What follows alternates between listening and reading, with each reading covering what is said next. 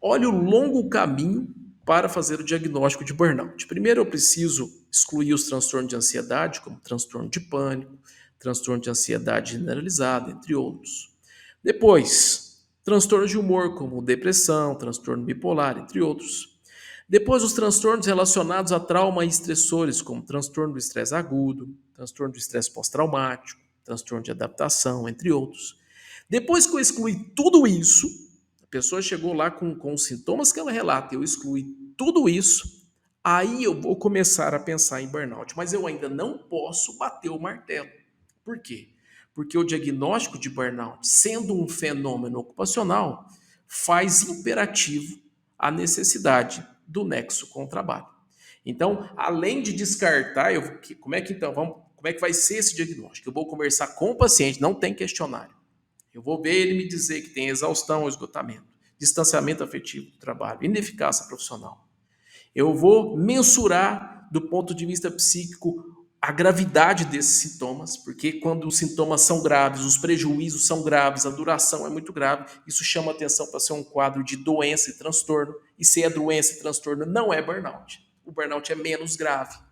Então, se eu excluir essas doenças, chegar numa situação de menor gravidade com esses mesmos sintomas, eu posso estar diante de uma fadiga relacionada a diversos fatores ou uma fadiga relacionada exclusivamente ao trabalho, o que em tese seria o burnout. Mas por que eu não posso chancelar isso aqui ainda? Porque eu preciso conhecer a empresa para ver se faz sentido o nexo de causalidade com o que o paciente está falando e o que a empresa de fato coloca lá dentro como agente estressor.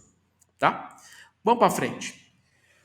Vou falar mais sobre o diagnóstico de burnout, tá? Fiz aqui só uma introdução, mas a gente ainda vai continuar falando sobre ele. Deixa eu ver o horário aqui. Tá tudo certo. Essa era uma das perguntas propostas, né? No Brasil, o diagnóstico de burnout é ato médico? Aqui também é outra coisa que não envolve muita opinião, tá tudo muito escrito. Claro que se a gente for para as redes sociais falar sobre isso, vai ser uma loucura, né? A gente mexe com pontos nevrálgicos de interesses corporativos mais diversos. Mas aqui, entre nós, sendo todos médicos, é possível falar isso com uma certa tranquilidade, até porque essa análise aqui é uma análise jurídica. Conforme o artigo 4º da Lei número 12842 de 2013, a chamada Lei do Ato Médico, é atividade privativa do profissional médico, ou seja, é ato médico que só o médico pode fazer, atestação de diagnóstico nosológico. Marcos, o que é diagnóstico nosológico? É o diagnóstico de doença, né? Coloquei em aspas porque é exatamente isso que o texto legal diz. É o diagnóstico da determinação de doença que acomete o ser humano. Doença, nos mesmos termos do texto legal. Então, a gente parte dessa premissa, que por isso que eu coloquei no Brasil. Ah, mas e lá na Austrália? Meu, eu não sei como é que é na Austrália.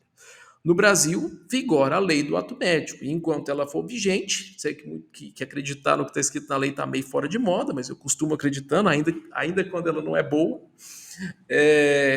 Aqui no Brasil, atestar uma doença é um ato médico, um ato privativo do médico. Tá? Os mais apressadinhos dirão, mas burnout não é doença. Você acabou de falar e falou várias vezes que burnout não é doença. Então, o psicólogo, por exemplo, pode fazer a atestação do burnout.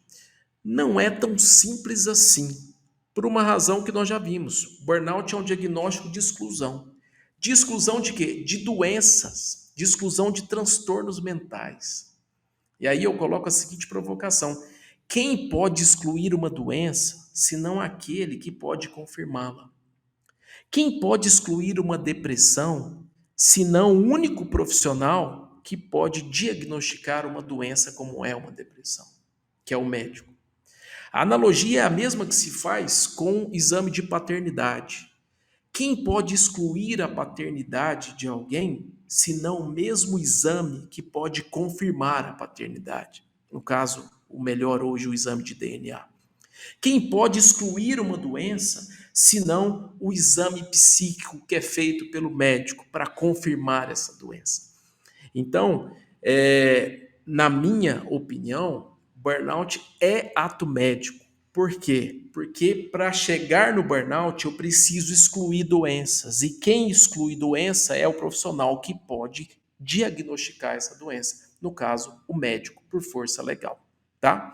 Ah, Marcos, eu não concordo. Tudo bem. O que eu estou te falando aqui tem como base a lei do ato médico, e essa explicação que eu dei para vocês, tá? Essa parte final, essa tese final de quem pode excluir, se não quem pode afirmar, é uma tese que me parece lógica, mas você não precisa necessariamente ser convencido por ela. Mas para mim, eu não tenho mais nenhum questionamento sobre essa minha convicção.